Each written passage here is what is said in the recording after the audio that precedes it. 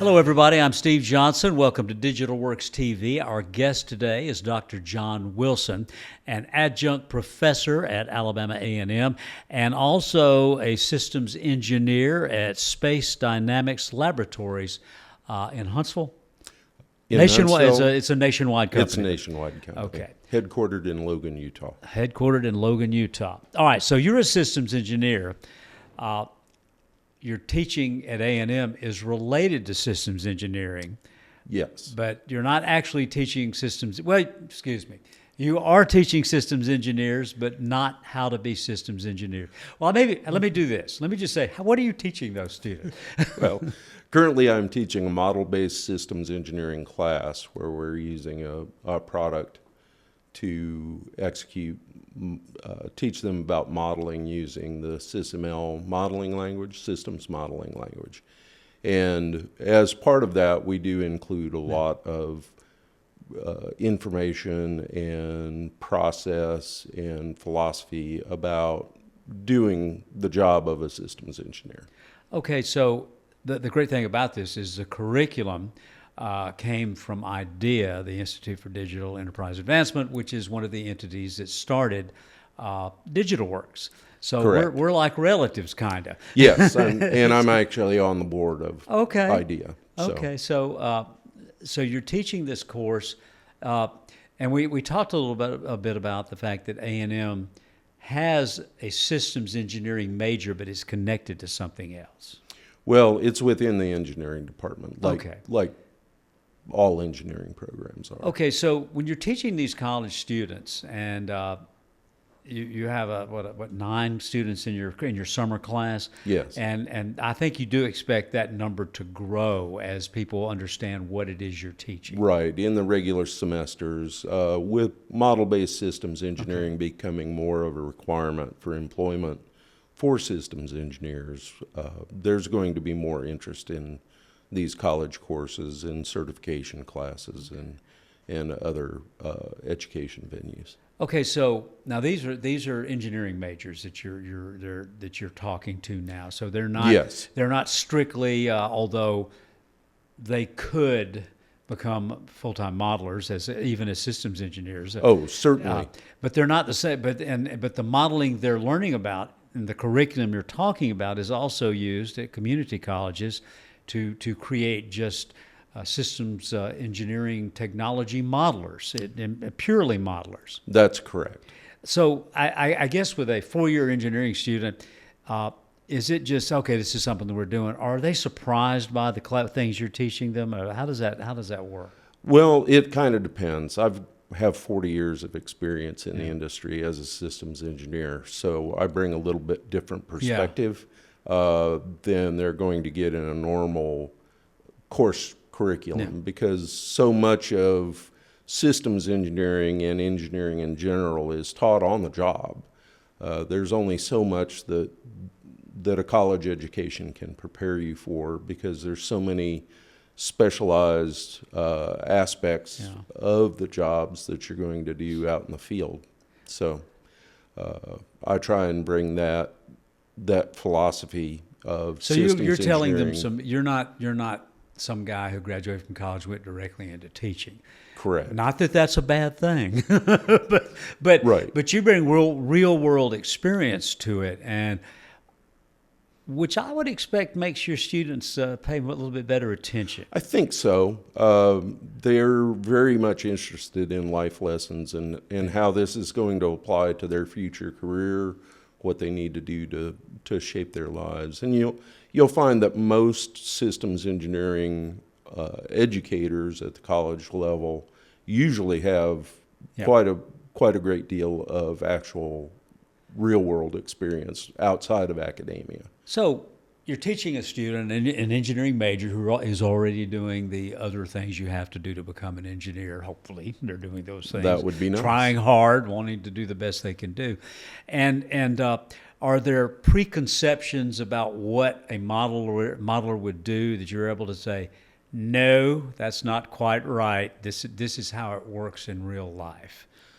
That's a very interesting question. I wouldn't say that they have much expectation coming in to this type of class because it is relatively new in the education systems. The concepts and a lot of the tools have been around for a long time, but the industry is finally getting around to seeing the value in these types of processes and adopting them. So it's new in the systems. Okay, so everybody I talk to who's involved with model-based systems engineering, and this is people, many of them whose job it is to promote it, and they all believe, you know, you need to get on board because this is the way it is going to be done, and there is some foot dragging maybe from folks who've done it a different way and have been successful. But do you tell your students that this is the future? Certainly, it is the future. Engineering should be about adapting to change. Yeah. And we've had a great deal of, as you say, foot dragging and sunk cost mentality associated with the classical ways that we've done things with requirements documentation and lots of meetings. Tons of meetings, and often tons of meetings that don't get documented very well. Yeah. But the value of model-based systems engineering is to be able to bring what traditionally was reams of paper and Word documents into a more visual format so that you can see the traceability between all the elements, and it becomes very apparent what's connected to what and where the gaps exist. And if you're following through a paper document trail, that's very difficult to do. Yeah.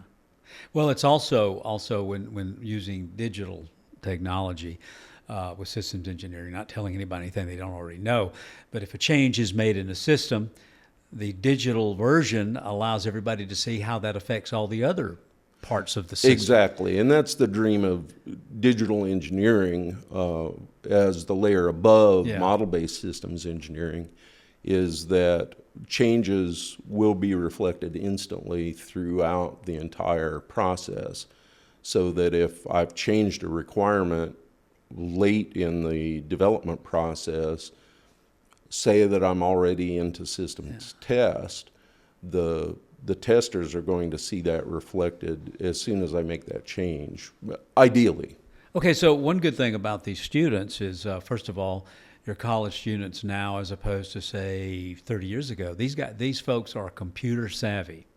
And so they probably, does anybody ever raise their hand and say, why doesn't everybody want to do this? I mean, why don't they ask that? No, haven't had that because they don't have the background. Okay, so they don't know that there's any pushback. Yeah, they don't know the old ways of doing things. The old ways, I like that. Yeah, unfortunately, there is a lot of stagnation in the minds of some people. Hopefully not your engineers, but a lot of times management has a hard time adapting, absorbing a new cost. They want to understand what's the value I'm going to get out of making this investment. And that's not always directly tangible until they see it in operation. And unless they see it on their particular products in their shops, it's a little bit of a tough sell. So there, and I've had everybody talks about there's a little bit of pushback, but like I said, everybody that I've interviewed has said, but you know what? This is the way it's going to happen. In your job, let's just talk for a second about your job, where you're not adjunct, you're full time. Yes. Do you have to persuade some of the folks you actually work with about this thing? So yes. Are you taking? Okay, so I've had to persuade these. I persuade you. You don't know any better or any worse. maybe right. Maybe well, a lot of it amongst the more visionary engineers that I work with, and the company's been very good about investing in the next thing that we need to be doing, and we have a lot of discussions along those lines. But it's really a question of vision. You know, like Steve Jobs when he was making personal computers Yeah. with Steve Wozniak in his garage, he quickly realized that more people would want to buy a computer than want to make a computer.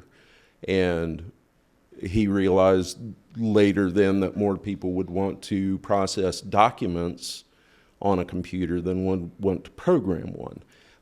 So he had that capability of seeing to the next level.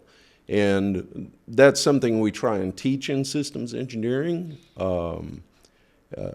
We see this every day in the real world. If you look at your typical iPhone, the iPhone generation, whatever they're on, 16, if you compare that to an iPhone 4, you're going to see a ton of changes that have happened.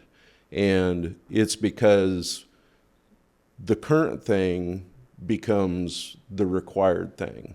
And then you have to have something new in order to entice the people. And so that's what we're trying to do, is show them the nice, new, shiny way of doing things that's going to actually increase their front-end costs because of the investment that they have to make in model-based systems engineering and the engineering activities that are occurring early in the process.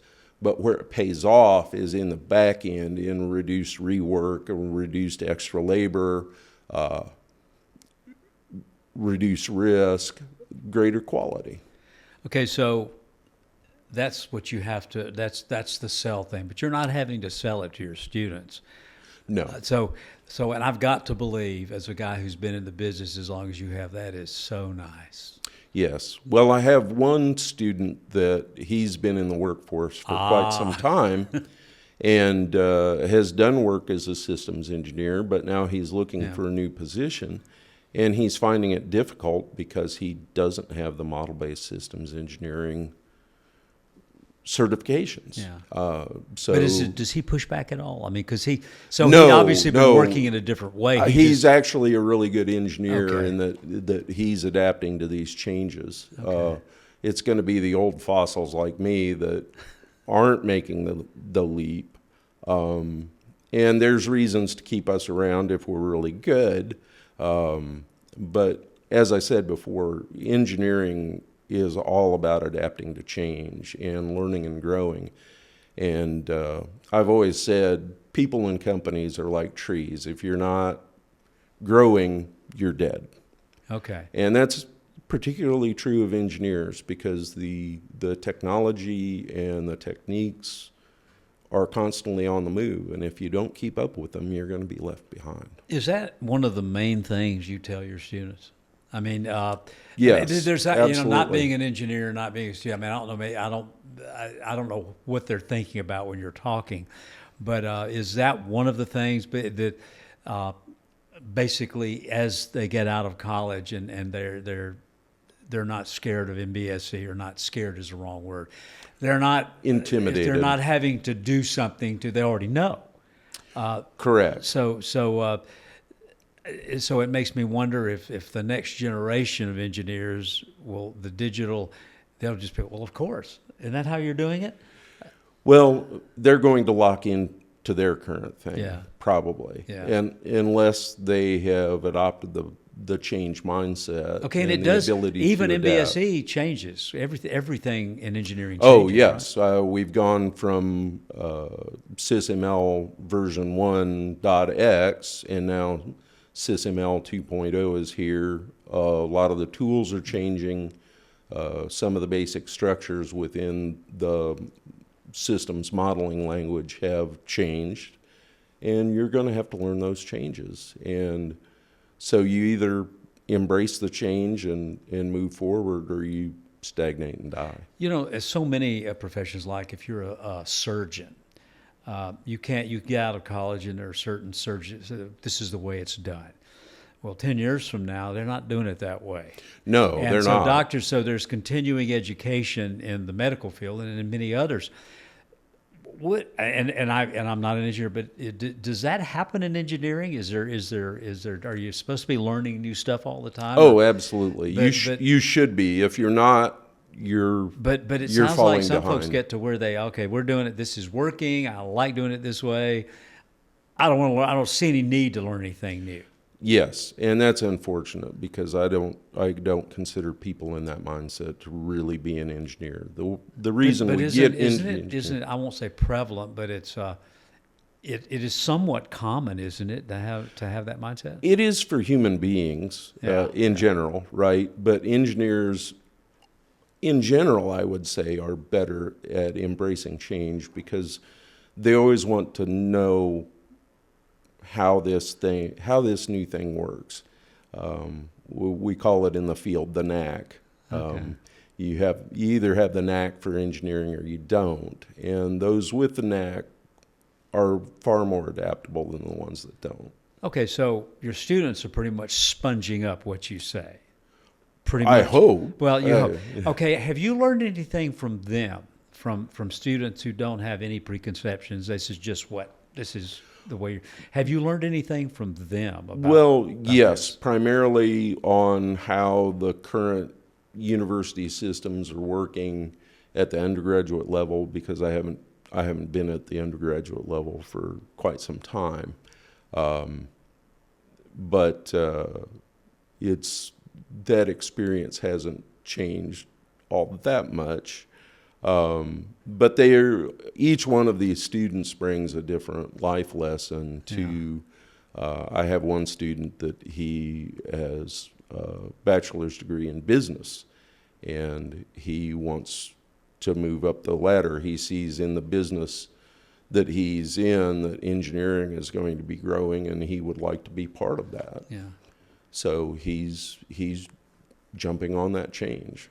In fact, what you just said, I had somebody who works that is involved with the Army and Mbse in Mobile Systems Engineering, and he talked about one of the things that excited him was the fact that there are concepts in Mbse that do apply to business. And we've interviewed somebody right here about the fact that there are concepts in that apply to education. So.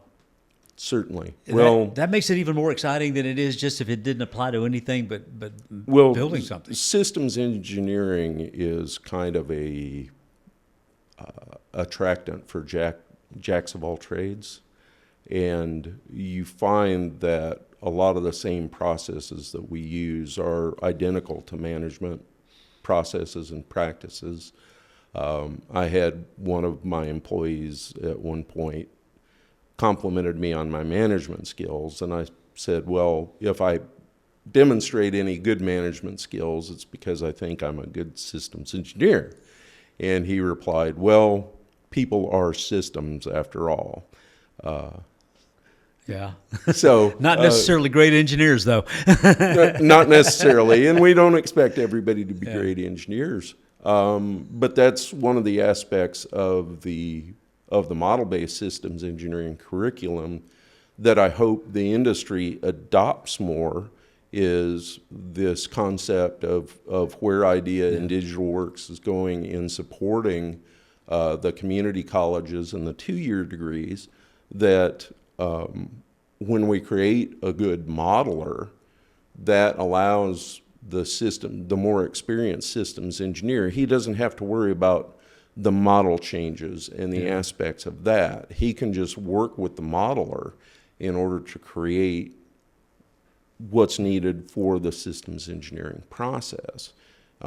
So it becomes a force multiplier. Yeah. And a lot of companies are hesitant about doing that. They're looking for four-year degrees. But I think that was an aspect of the industry that kind of goes back to the old ways again. Yeah, it had gone that way, but now I think we're swinging back a little bit to the recognition of the role of technicians in what we do and the importance of what they do, and that having those skilled technicians to help the engineers is vitally important. You don't expect a systems engineer to get on the shop floor and run a lathe or run a milling machine, but those are getting incredibly complicated as we move into more computer-controlled systems. you almost have to be an engineer, but the technicians are rising to that challenge. And we need the engineers to embrace that change as well, that as the technician roles are increasing in complexity, that the engineering roles have to increase in complexity. And the engineers need to trust the folks who have the skills to help them. Well, that's critical in any team, is to build the trust and understand who's on your team. And there's all aspects of management and leadership philosophy that get into that are touched on by especially systems engineering, but it's an important aspect of engineering as well. Okay, so as you're teaching these students, and I'm sure I would expect you told them you may end up modeling. Absolutely. You may be a systems engineer who's because that's what happens now. You may be a systems engineer modeling for another systems engineer. Have you talked to them about the fact that, but there might be a community college graduate who is a proficient modeler that you will be working with? Do you talk to them about that? Yes. I had a question just last night about, well, what could I expect to use this on? And then what other roles would be available to me as a systems engineer? Because we're talking from having the initial conversations with the customer to find out what it is that they need, and developing that into an actual product, and then carrying that through the development process and deploying it for the customer. And there's multiple aspects and multiple roles in that process that any systems engineer might be called upon to fill. And or a community college graduate. Or a community college graduate, because we would have you would have modelers involved in the early design phases, and then when you get into production, you're going to have technicians down on the shop floor that are making mechanical devices or assembling electronic devices, and they have to be trained to the quality that's expected for the products that they're developing. So and do you work with have you worked with community college graduates as modelers in your job? Not yet. But I gather you would embrace that, though. Oh, absolutely. I've always embraced the idea that we need to have people at every level, when we need specialization, that we only need the level of certification and education necessary, the minimum qualifications to fill that position. Because, of course, we're interested in containing costs as well. Oh, yeah. But well, if I take a 4-year graduate systems engineer and use them strictly as a modeler, when I could hire a 2-year degree graduate that is a modeler, and that's been their main emphasis, they're probably going to be more proficient at the modeling aspect than that systems engineer that's only had 1 or 2 semesters of training. And it strikes me that the modeler, I'm trying to get inside people's head, but the modeler, that's their job, and they're excited to do it. A systems engineer might be thinking, why am I not in charge of this project? Oh, Why do I have to model? Why does he not, or he or she not get to model for me? Well, a lot of systems engineers have ego that want to take over the project. That's certainly true. But again, it goes back to the analogy of electronics technicians or machinists. You don't pay engineer salaries to go work a lathe or a CNC machine on a shop floor, but you pay well enough and you for need a technician who know what they're doing. Yes, and a machinist, yes, and absolutely. And there's brilliant people that do that, and that's their only concentration. And why would you take an engineer that they're not doing that, for their full-time job? They can't be as proficient as a machinist. Okay, and or a modeler. Or a modeler. Concentration. Yeah, absolutely. So it's division of labor, right? Okay. So once again, if you're talking to your students or you're talking to an executive or somebody at another company, what would your selling point be for model-based systems engineering, using systems engineers and modelers? Well, how would your quick Right. selling point? Well, the selling point is your cost advantage.